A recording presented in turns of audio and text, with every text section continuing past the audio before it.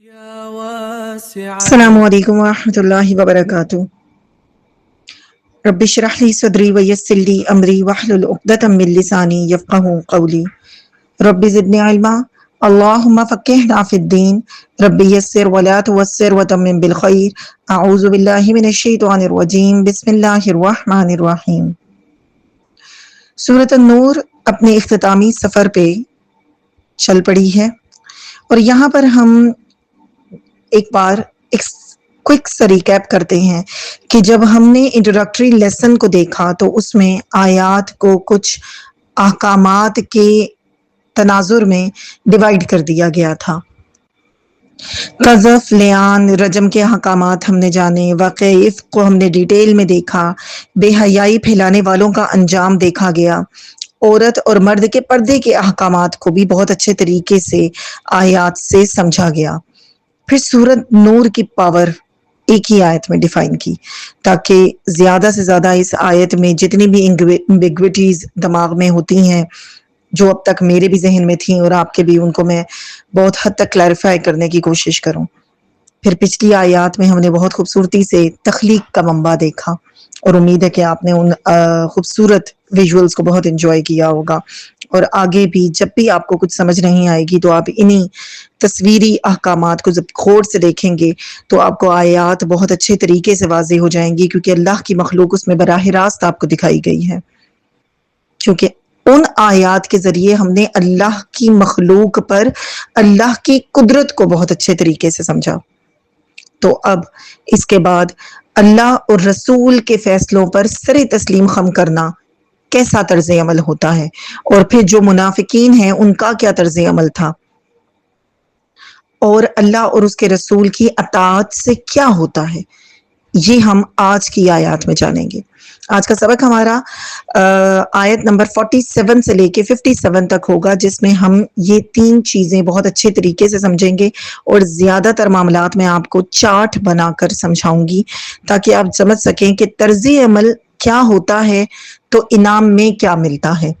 تو یہاں پر ہم نے پھر یہ تمام چیزیں جاننے کے بعد اپنے طرز عمل کا بھی جائزہ لینا ہے، تاکہ ہم اپنے اندر موجود تمام خامیاں اللہ کے مطابق درست کریں اور انہیں خوبیوں میں بدل ڈالیں، اور اپنے لیے اللہ کے جو پکے وعدے ہیں ان کو حاصل کر پائیں، ہم وہ اہل ہو جائیں ان پکے وعدوں کا جو اللہ تعالیٰ نے ان آیات میں ہمارے ساتھ کیے ہیں۔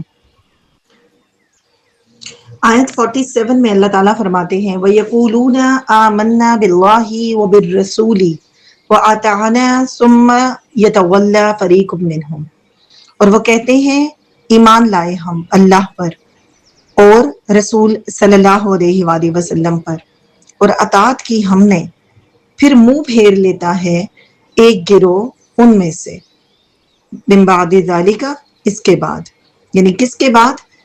یہ کہنے کے بعد۔ تو یہ کیا صفت ہے، یہ کیا بیان کیا جا رہا ہے؟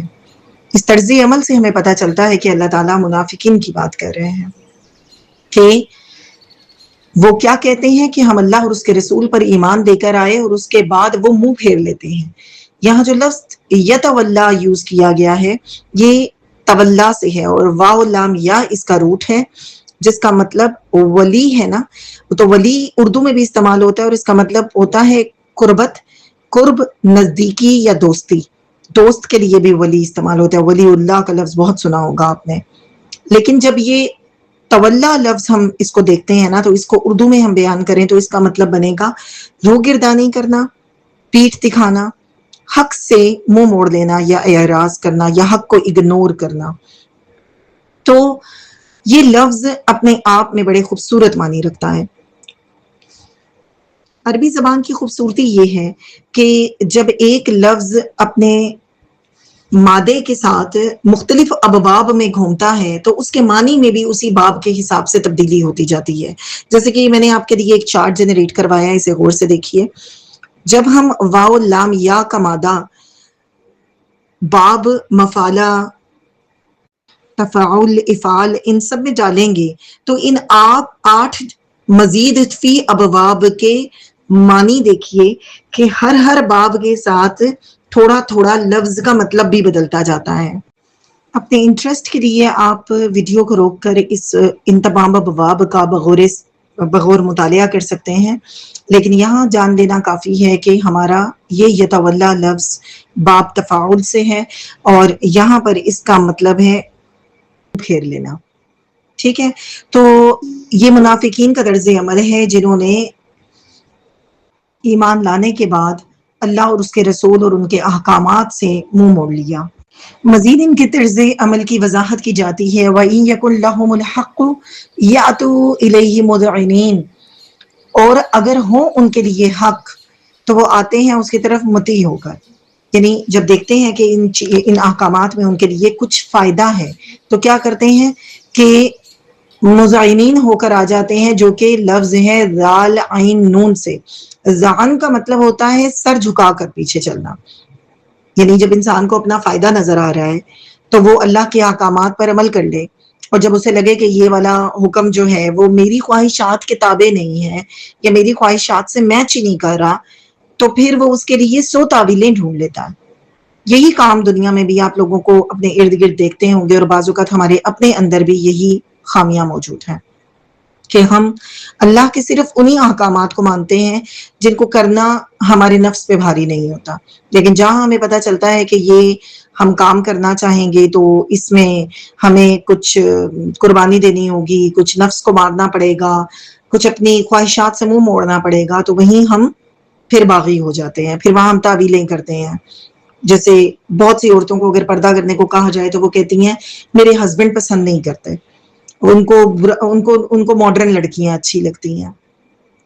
اب یہ اگر ایسا ہسبینڈ بھی ہے تو اس کے لیے بھی بہت بہترین حدیث دین میں موجود ہے کہ ایسے مردوں کو بھی پھر دیوس کہا گیا ہے، کہ جنہیں اس بات سے کوئی فرق نہیں پڑتا کہ ان کی کوئی بھی محرم عورت جب ان کے ساتھ گھر سے باہر نکلتی ہے یا ان کے بغیر، تو اس پر پڑنے والی نظر کس نیت سے پڑ رہی ہے، ایسا مرد دین کی اصطلاح میں دیوس کہلاتا ہے. مزید اگر ایک اور اگزامپل دوں تو آپ کبھی کسی کو قرآن کی طرف بلائیے تو وہ کہیں گے کہ نہیں، وہ دراصل ہمیں تو اجازت ہی نہیں ہے گھر سے باہر نکلنے کی. اب شاپنگ کے لیے چاہے وہ صبح سے شام تک کسی مال میں پھرتی رہیں، اس کی خیر ہوتی ہے، لیکن جب دین کی بات آتی ہے تو دین میں انہیں شوہر کی اجازت کی ضرورت پڑ جاتی ہے. تو یاد رکھیے کہ یہ آیت صرف منافقین کے لیے نہیں ہے، یہ آیت ہر اس انسان کے لیے ہے جو اللہ اور اس کے رسول کے احکامات سے منہ موڑ لے. اب یہاں ہوتا یہ ہے کہ جب انسان ایسی کوئی بھی بات سنتا ہے تو وہ اپنے ارد گرد لوگوں پر فوکس کرنا شروع کر دیتا ہے، ہاں فلاں میں یہ خوبی پائی جاتی ہے، فلاں میں یہ خامی پائی جاتی ہے. حالانکہ ہم نے ان آیات کو جب سننا ہے، جب سمجھنا ہے، تو صرف اپنے اوپر دیکھنا ہے. اور اس کے لیے میں ایک اور بات یہاں بہت کلیئرٹی کے ساتھ واضح کر دینا چاہتی ہوں کہ منافق کوئی بھی دوسرے انسان کو نہیں کہہ سکتا. رسول اللہ صلی اللہ علیہ وآلہ وسلم کو بھی معلوم نہیں تھا کہ منافقین کون ہیں، لیکن جب اللہ تعالیٰ نے آپ صلی اللہ علیہ وسلم کو ان کے نام بتائے اور ان سے محتاط رہنے کو کہا، تو پھر آپ صلی اللہ علیہ وسلم کو معلوم ہوا کہ ان کی آستین میں کتنے سانپ ہیں، اور آپ نے پھر یہ نام کسی کے ساتھ شیئر نہیں کیے سوائے حضرت حذیفہ بن یمان کے، جنہیں رازداران رسول صلی اللہ علیہ وسلم کہا جاتا ہے. منافقت کے حوالے سے طرز عمل کو اگر دیکھیں تو اس قدر محتاط رہتے تھے صحابہ کرام کہ حضرت عمر رضی اللہ تعالیٰ عنہ کو جب یہ پتا چلا کہ حضرت حذیفہ بن یمان منافقین کے نام جانتے ہیں، تو آپ حضرت حذیفہ کو قسم دے کے صرف اتنا پوچھتے تھے کہ مجھے اتنا بتا دو کہ کیا میرا نام تو ان میں شامل نہیں ہے. یعنی اس حد تک اپنا طرز عمل کا جائزہ لینے کی ضرورت ہے کہ دیکھیے حضرت عمر رضی اللہ تعالیٰ عنہ کو، کہ جن کے لیے رسول اللہ صلی اللہ علیہ وسلم فرماتے ہیں کہ اگر میرے بعد کوئی نبی ہوتا تو وہ عمر ہوتا، اور وہ حضرت حذیفہ بن یمان سے پوچھ رہے ہیں کہ مجھے بتا دو کیا میرا نام ان منافقین میں شامل تو نہیں ہے. تو یہاں مسلمان کیسے آئیڈینٹیفائی کرتے تھے کہ کون منافق ہے اور کس کے نماز جنازہ میں ہمیں شامل ہونا ہے اور کس میں نہیں شامل ہونا. حضرت عمر رضی اللہ تعالیٰ عنہ حضرت حذیفہ بن یمان پہ نظر رکھتے تھے. اگر کوئی مسلمان فوت ہوتا مدینے میں اور حضرت حذیفہ اس کے نماز جنازہ کو اٹینڈ کرتے، وہاں جاتے، تو حضرت عمر بھی شامل ہو جاتے، اور اگر انہیں پتہ چلتا کہ حضرت حذیفہ شامل نہیں ہوئے تو وہ بھی اس میں شامل نہ ہوتے. یعنی یہ ایک سائن انہوں نے رکھا ہوا تھا کہ یہ شخص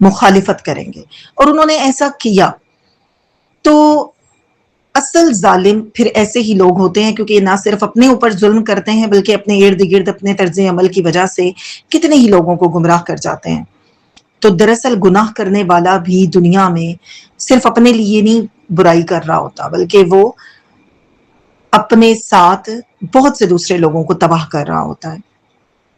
پھر اللہ تعالیٰ نے کچھ اچھے لوگوں کا ذکر کیا، انما کان قول المؤمنین، بے شک ہے قول مومنوں کا، اذا دعوا الی اللہ ورسولہ، جب وہ بلائے جائیں اللہ کی طرف اور اس کے رسول کی طرف، لیحکم بینہم ان یقولوا سمعنا واطعنا، کہ وہ فیصلہ کرے ان کے درمیان کہ وہ کہتے ہیں سن لیا ہم نے اور اطاعت کی ہم نے۔ تو ایسا ہی فیصلہ کرنے والا طریقہ کار جب مومنوں کا ہوتا ہے تو مومنین کا کیا طرز عمل ہوتا ہے کہ وہ اللہ اور اس کے رسول کی اطاعت پہ سر تسلیم خم کر دیتے ہیں۔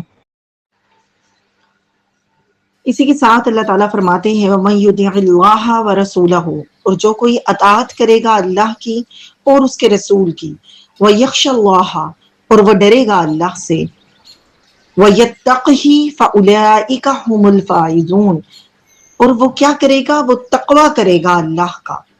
اللہ کا تقوی کرنا کیا ہوتا ہے؟ یعنی اللہ سے ڈرنا اور اللہ سے محبت سے ڈرنا، ٹھیک ہے؟ تو خشیت اور تقوی میں کیا فرق ہوتا ہے؟ خشیت کہتے ہیں کسی چیز، کسی ہستی کو بڑا مان کے ڈرنا، اور تقوی ہوتا ہے اس ہستی سے محبت سے ڈرنا۔ تو جیسے آپ کسی سے زندگی میں محبت کرتے ہوں اور آپ کو یہ ڈر لگے کہ اگر آپ کوئی ایسا غلط کام کریں گے، کوئی ان کی خواہش کے خلاف کام کریں گے تو وہ آپ سے ناراض ہو جائیں گے، تو کیا اللہ یہ حق نہیں رکھتا کہ اللہ کے لیے سب سے زیادہ تقوی اختیار کیا جائے؟ اور تقوی بے شک ہونا ہی اللہ کے لیے چاہیے۔ اور جب انسان اللہ کو بڑا مان کر اس سے ڈرتا ہے اور تقوی اختیار کرتا ہے تو ایسے لوگوں کے لیے اللہ تعالیٰ فرماتے ہیں کہ یہ لوگ فائزون ہیں۔ فائز کون ہوتا ہے؟ فائز کامیاب ہونے والا، فاعل کے وزن پہ، اور فوز کامیابی کو کہتے ہیں، اور فائزون اس کی جمع ہے فائز کی، کامیاب ہونے والے۔ تو اللہ تعالیٰ نے کامیاب ہونے والوں لوگوں کی صفات ان آیات میں بیان کی ہیں، اور پھر مزید بیان کیا گیا وَأَقْسَمُوا بِاللَّهِ جَهْدَ أَيْمَانِهِمْ، اور انہوں نے قسمیں کھائیں اللہ کی پختہ قسمیں، لَإِنْ أَمَرْتَهُمْ، کہ اگر اب آپ نے انہیں حکم دیا، لَيَخْرُجَنْ، البتہ وہ ضرور نکلیں گے۔ کہاں نکلیں گے؟ جہاد کے لیے نکلیں گے۔ تو اللہ تعالیٰ فرماتے ہیں قُلْ لَا تُقْسِمُوا، کہہ دیں نہ تم قسمیں کھاؤ، طاعت معروفہ، اطاعت تو جانی پہچانی ہے۔ یعنی کیسے جانی پہچانی ہے؟ مطلب کہ اگر اتنی ہی سنسیئرٹی ہوتی تو قسمیں کھانے کی ضرورت نہیں ہوتی، وہ سنسیئرٹی نظر بھی آ رہی ہوتی۔ اور دوسری بات یہ ہے کہ پتہ ہے سب کو کہ تم کتنے سچے ہو اپنی باتوں میں، یعنی جب تک ان کو اپنے منافع کی چیز نظر نہیں آتی تھی منافقین کو، وہ تب تک اس پر عمل نہیں کرتے۔ تو یہاں ہمارے لیے اپنے عمل کا جائزہ لینے کی کیا ضرورت ہے کہ ہم اس بات کو دیکھیں کہ کیا ہم صرف اپنی فائدے کی چیز میں تو نہیں اللہ کی اطاعت کو ڈھونڈ رہے، یعنی ہم یہ تو نہیں چاہتے کہ اللہ کی اطاعت صرف تب تک کریں جب تک اس چیز میں ہمارا کوئی دنیاوی فائدہ ہو، کیونکہ آخرت کا فائدہ تو ظاہری بات ہے نا نظر میں نہیں ہوتا ہے انسان کے۔ اب اس سے پہلے بھی یہ آیات میں گزر چکا ہے کہ ایسے لوگ کیا کرتے ہیں، دین کے کنارے پہ کھڑے ہوتے ہیں کہ جب چاہے دین سے باہر نکل جائیں۔ آپ کو وہ اطاعت کا دائرہ یاد ہوگا، دین کا دائرہ یاد ہوگا جو آپ کو دکھایا گیا، اور ابھی اس کو دوبارہ آپ کی اسکرین پہ دکھایا جا رہا ہے کہ ایسے لوگ دین سے باہر نکل جاتے ہیں۔ تو ہم بھی مسلمان ہوتے ہوئے کچھ ایسے ہی کھڑے ہو جاتے ہیں دین کے کارنرز پہ کہ یہاں بات ہمارے مطلب کی نہ ہو اور ہم اس سے باہر نکل جائیں۔ تو جو انسان سنسیئر ہوتا ہے اس کو اپنی سنسیئرٹی کے لیے نہ تو قسمیں کھانے کی ضرورت ہوتی ہے اور نہ ہی اس کو اپنی بات منوانے کے لیے کسی کے آگے کچھ زور لگانا پڑتا ہے۔ جو اللہ کے لیے کوئی بھی کام کرے گا نا اس کا وہ کام نظر آتا ہے۔ یہاں میں آپ کو بڑی خوبصورت بات بتانا چاہوں گی جو کہ امام مالک بن انس کی ہے. جب انہوں نے موطا امام مالک جو حدیث کی سب سے پہلی کتاب کمپائل کی گئی وہ لکھی تھی، تو اس وقت ان کی دیکھا دیکھی بہت سارے لوگوں نے موطا لکھنی شروع کر دی، اب حدیثیں کمپائل کرنی شروع کر دی. آپ نے اس کتاب کو تقریباً 40 سال کے اندر لکھا اور بار بار اسے ریوائز کیا، اور اسی لیے اس کا نام موطا لکھا گیا. موطا کا مطلب ہوتا ہے روندا گیا، یعنی بار بار گزرا گیا، بار بار اس کو ریوائز کیا گیا. اور آپ کو اتنا وقت لگا اور آپ نے اس میں ہزاروں کی تعداد میں اپنی احادیث کمپائل کی، اس میں رکھی.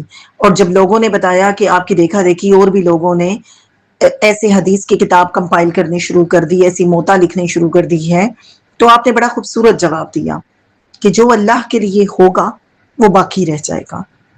تو وقت گزرنے کے ساتھ ساتھ موطا امام مالک کا نام تو آپ کو سنتے ہوں گے اور آپ اس کو پڑھتے ہوں گے، اور حدیث کی سب سے اتھینٹک، سب سے پہلی کتاب کے طور پہ اس کو جانتے بھی ہوں گے. لیکن اس کے ساتھ کون سی موطا لکھی گئی، کیسے کی گئی، اس کا کوئی نام و نشان نہیں ملتا. تو جب انسان سنسیئرٹی سے اللہ کے لیے کام کرتا ہے تو اللہ اس کو ایکنالج بھی کرتا ہے اور اسے دیکھتا بھی ہے اور دوسروں کو بھی دکھاتا ہے. اور یہی اللہ تعالیٰ نے اس آیت میں آخری الفاظ استعمال کیے کہ ان اللہ خبیر بما تعملون، بے شک اللہ خوب خبر رکھنے والا ہے اس کی جو تم عمل کرتے ہو. پھر فرمایا قل اطیعوا اللہ واطیعوا الرسول، کہہ دیں اطاعت کرو اللہ کی اور اطاعت کرو رسول کی. فَإِن تَوَلَّوْا، پھر اگر تم منہ پھیرو، فَإِنَّمَا عَلَيْهِ مَا حُمِّلَ، تو بے شک اس پر ہے، یعنی اس رسول صلی اللہ علیہ وآلہ وسلم پر ہے جو وہ بوجھ ڈالا گیا. وَعَلَيْكُمْ مَا حُمِّلْتُمْ، اور تم پر ہے جو تم بوجھ ڈالے گئے. اس کا کیا مطلب ہے؟ رسول اللہ صلی اللہ علیہ وآلہ وسلم کی ذمہ داری صرف اللہ کا پیغام پہنچا دینے کی حد تک تھی، اور آپ صلی اللہ علیہ وآلہ وسلم سے اسی ذمہ داری کے بارے میں پوچھا جائے گا. لیکن جب آپ نے اپنا پیغام لوگوں تک پہنچا دیا تو وہاں سے لوگوں کا سوال شروع ہوگا کہ انہوں نے اس پر کتنا عمل کیا. تو بات یہ ہے کہ زندگی کے نظم و ضبط کا اگر جائزہ لیا جائے تو اس میں ہر انسان اپنی ذمہ داری کی فکر میں ہے، اور اس کو اپنی اس کی دی گئی ذمہ داری کے بارے میں سوال کیا جائے گا. اگر آج کے دور میں اللہ کا پیغام آپ تک کوئی بھی انسان پہنچا رہا ہے اور اس کے باوجود آپ اپنی خود ساختہ مصروفیت کی بنا پر اس کو نہیں سنتے، کوئی بھی لیم ایکسکیوز پیش کرتے ہیں، تو اس کی ذمہ داری اس انسان کے اوپر ہوگی. دنیا میں اس وقت کوئی بھی بندہ، ایسا کوئی انسان موجود نہیں ہے جس تک سوشل میڈیا اور یوٹیوب اور جو بھی ہمارے نیٹ ورکنگ ویب سائٹس ہیں ان کے تھرو پہنچ نہ گیا ہو اللہ کا پیغام. اور پھر ہر طرح سے یہاں پہ لوگ موجود ہیں، جماعت موجود ہے جو کہ جا جا کر اللہ کا پیغام سناتی ہے. لیکن اس کے باوجود اگر کوئی اللہ کی بنائے ہوئے قانون کے مطابق زندگی نہیں گزارتا اور اپنے آپ کو بہت اچھا سمجھتے ہوئے کہ میں تو بہت اچھا انسان ہوں، 5 وقت کی نماز بھی پڑھنے کو تیار نہیں ہے، کیونکہ بیسک لوگوں کا کرائٹیریا ہوتا ہے بات کرنے کا کہ میں ایک بہت اچھا انسان ہوں، کیا ہو گیا اگر میں نماز نہیں پڑھتا. تو اس کا سوال اس انسان سے ہوگا، پہنچانے والے سے نہیں ہوگا. تو یہی بات اس آیت میں بڑی واضح طریقے سے بیان کر دی گئی ہے، اور طریقہ بھی بتا دیا گیا ہے کہ وَإِن تُطِيعُوهُ تَهْتَدُوا، اور اگر تم ہدایت کرو گے اس کی کس کی؟ رسول اللہ صلی اللہ علیہ وآلہ وسلم کی، تو تم ہدایت پالو گے، اللہ کے راستے کو پالو گے، کیونکہ اللہ نے بیسیکلی ٹیچر بنا کر بھیجا ہے ان کو. اور ہر وہ انسان جو آج کے دور میں دین کے لیے آپ کوشش کر رہا ہے اور آپ کو دین آپ تک پہنچانے کی کوشش کر رہا ہے، وہ بیسیکلی رسول اللہ صلی اللہ علیہ وآلہ وسلم کا فالوور ہے.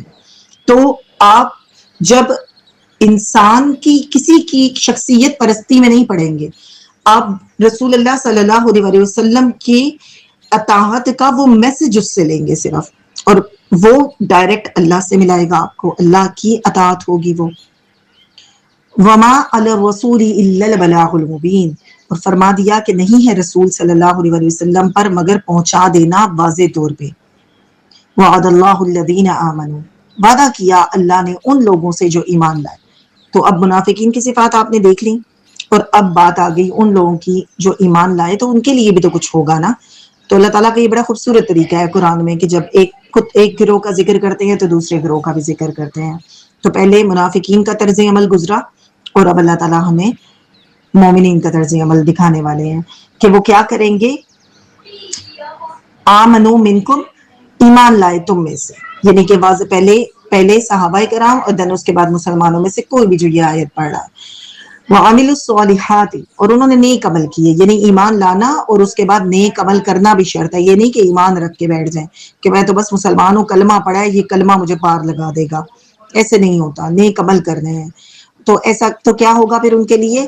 لَيَسْتَخْلِفَنَّهُمْ فِي الْأَرْضِ، البتہ وہ ضرور جانشین بنائے گا انہیں زمین میں. اس لفظ کو توڑیے، لَيَسْتَخْلِفَنَّهُمْ، اس میں لام تاکید کا ہے اور درمیان میں آنے والا نون مشدد فعل مضارع میں تاکید کے لیے آتا ہے، یعنی اس میں 2 دفعہ تاکید آئی ہے.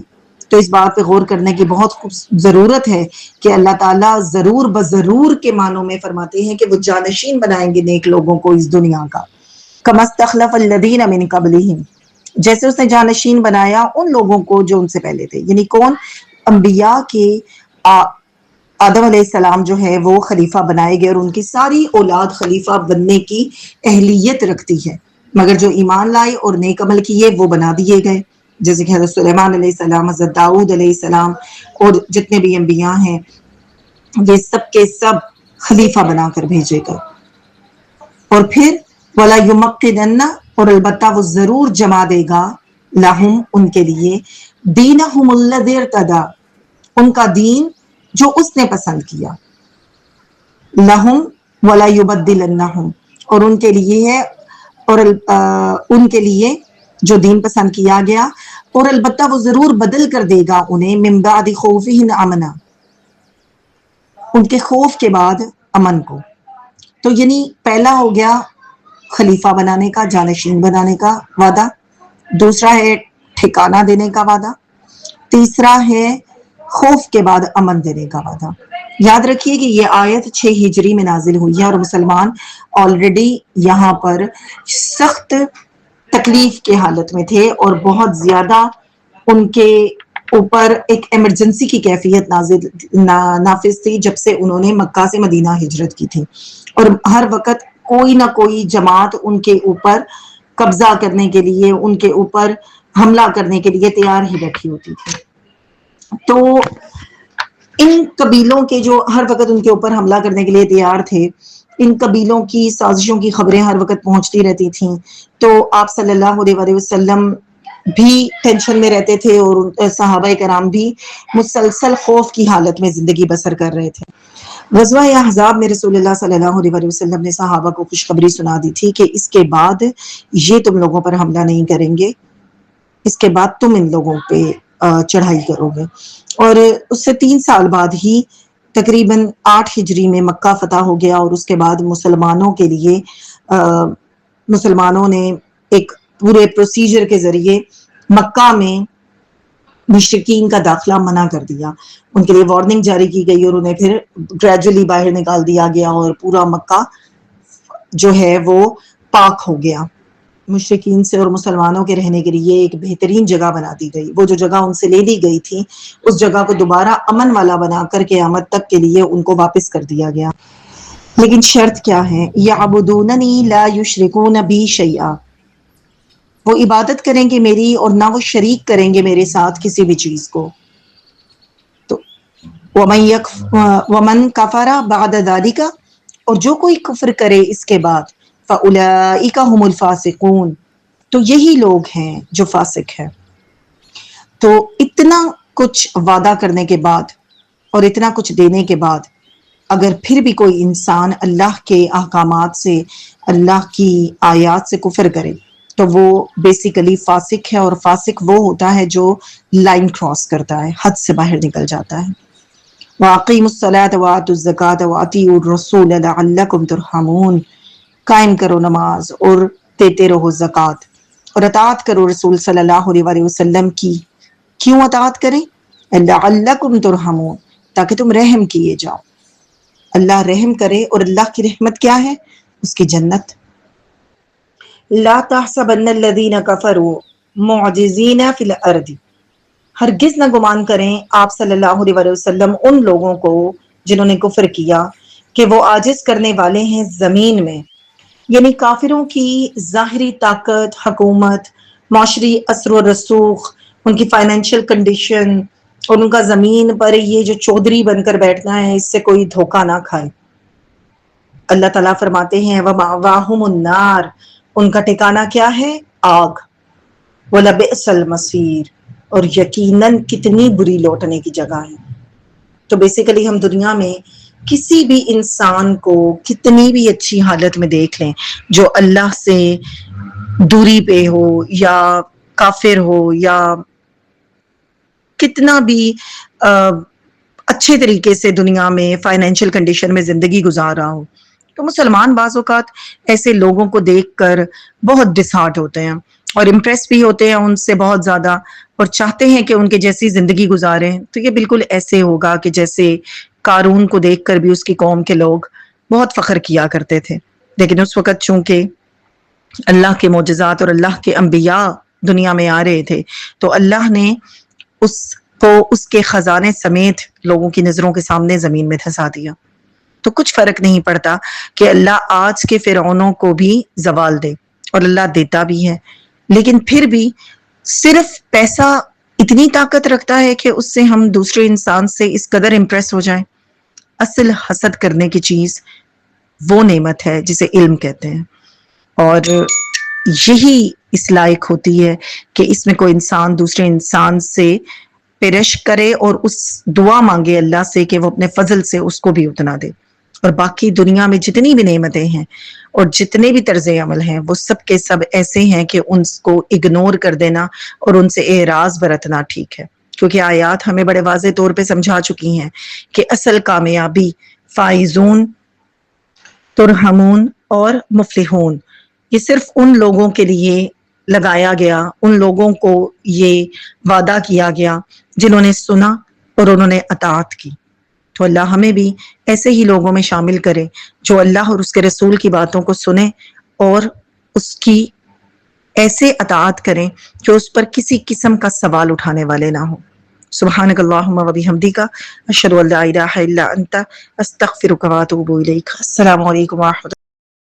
يا واسع الغفران امنحنا الرضوان